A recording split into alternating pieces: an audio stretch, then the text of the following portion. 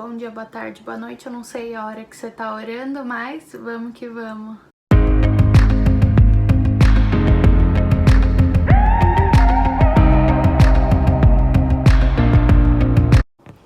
Oi, gente, tudo bom?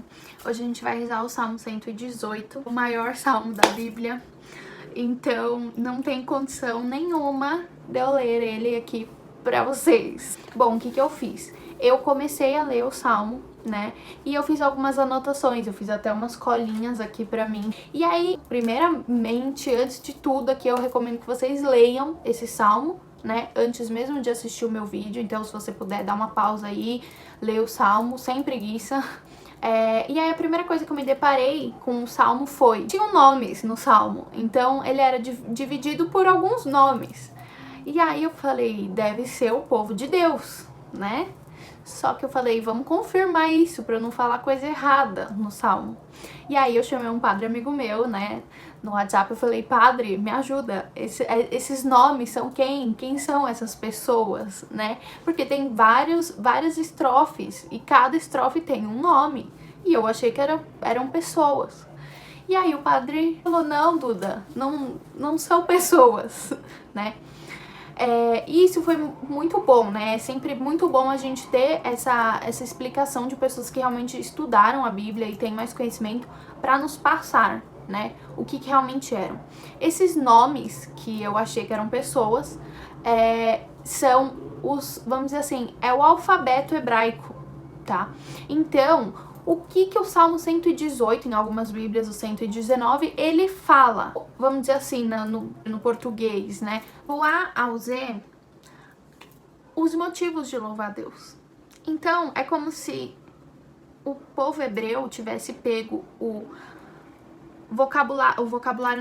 tivesse pego o alfabeto inteiro deles e feito, olha, A é o motivo de louvar a Deus, são esses. B são esses, C, né? Só que esses nomes são as letras deles, né? O alfabeto deles.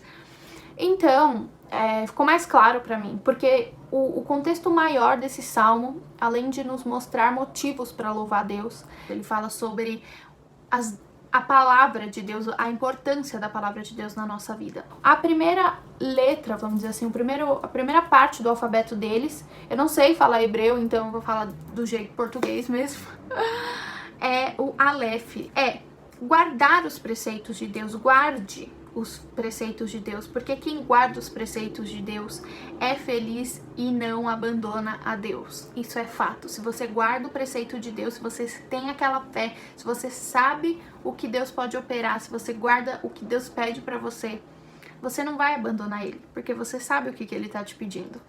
Bom, vamos pro segundo. O segundo é Beth, que fala sobre ser fiel à palavra de Deus para manter a vida pura, né? Quando nós somos fiéis, né, a Deus, quando nós damos a nossa vida a Deus e falamos em todos os momentos, na dificuldade ou no momento bom, na tribulação ou na alegria, eu vou ser fiel a Deus, né? A gente precisa ter essa determinação, como diz um santo. O terceiro é Gimel, não sei, que fala sobre seguir a Deus, né? Seguir a Deus é não ter medo da perseguição. Coloca a situação de uma pessoa perseguida por Deus, né? E justamente quando ela é perseguida por Deus, Deus tira esse medo, né? Deus tira esse medo da perseguição porque a pessoa tem fé. Vamos lá. Quarto, Dalet. Deus muda as nossas vidas, né? Através de uma dificuldade. Ele restitui através de uma promessa. Então a gente tá numa dificuldade, Deus solta uma promessa e ele restitui a nossa vida. Deus já sabe o que fazer na nossa vida. Deus já restituiu e vai restituir a nossa vida se nós tivermos fé nas promessas dele. Quinto, enfim. Nós devemos pedir ajuda a Deus, né? Para nos mantermos, né, nos caminhos e não sermos levados pela vaidade. Quando nós somos levados pela vaidade, nós nos colocamos no lugar de Deus. Isso é uma das coisas que eu sempre falo aqui no canal. Sexto, Val. Confia que Deus nos ensinará a dizer e fazer as coisas certas. Então, tenha fé de que Deus ele vai te ensinar o que fazer quando você menos souber o que fazer. Tenha fé nisso, peça para Deus que ele vai te falar. Zain me recordou a questão da palavra de Deus sendo um consolo na nossa aflição. Então, quando nós estivermos aflitos, tenha certeza de que Deus, a palavra dele vai ser o seu consolo. Temos o Et,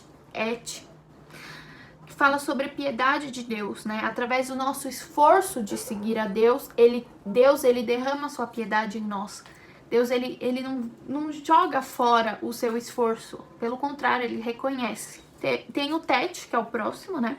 Que fala sobre pedir o juízo e a sabedoria. Quando a gente pede juízo e sabedoria, nós iremos saber como lidar com as situações. Aquelas situações que muitas vezes a gente acaba não sabendo como lidar. Ajoelha, reza, pede, ora, sabe? Pede juízo e sabedoria que Deus ele vai te dar. Tem o Iod, que também me ensinou muito a questão de que Deus, ele nos prova, né? Ele coloca a nossa vida em prova. Por isso que a nossa vida não é cheia de flor, não é super tranquila, tá? Mas que na provação é o momento que a gente aprende a ter esperança em Deus. Porque no momento difícil que a gente sabe esperar, que a gente sabe que Deus ele pode mudar a nossa vida. Tem também Kaf, né, que me ensinou e acho que nos ensina, né, a aprender a esperar o tempo, né, o tempo da provação. Quando a gente tá nessa provação, quando a gente tá nessa dificuldade, né, nós não podemos perder a fé, né, sem deixar de pedir ajuda de Deus. Então, isso é um dos motivos que nós precisamos louvar a Deus, porque se Deus ele vai ao nosso encontro na nossa tribulação, é porque nós fomos até o encontro dele e pedimos para ele vir ao nosso encontro. Tem Lamed, né, que me ensinou justamente a questão de, na tentação, a gente precisa se recordar da palavra de Deus. Então, quando você estiver sendo tentado a ter preguiça, nossa, eu tô tendo uma preguiça enorme para ler esse salmo, saiba que a palavra de Deus é aquilo que vai transformar, né? Se recorde da palavra de Deus. Quando você tiver com preguiça, fala, nossa, Deus falou que não é bacana ter preguiça. Não peque por falta de ouvir e saber a palavra de Deus. Nem depois que nós devemos desviar do que não é de Deus. Se nós ficamos em uma situação que nós sabemos que não vai nos levar para Deus, com 90% de chance nós iremos pecar. Agora, se nós desviarmos dessas situações e entendermos o nosso limite, aí Deus com certeza vai nos honrar por ter não pecado, né? E tem Num, né, que ensina a gente a inclinar o nosso coração, né? Um dos outros motivos nos ensina a inclinar o coração para a vontade de Deus e não para as nossas. Porque quando a gente faz a vontade de Deus, muitas bênçãos são realizadas na nossa vida. Mas quando a gente faz a nossa, a gente nem sabe o que a gente quer, às vezes, para comer. Imagina se a gente vai querer saber o nosso futuro ou a gente vai saber o que vai acontecer na nossa vida, né? Se eu só fizer o que eu quero, não necessariamente eu serei feliz. Samek, né? Que justamente fala sobre ter Deus como o nosso abrigo, escudo, e que nós devemos temer a Deus, né? E recorrer a Deus, né? Porque se Deus é nosso escudo, nosso abrigo, nós podemos recorrer a Ele, que Ele vai nos proteger.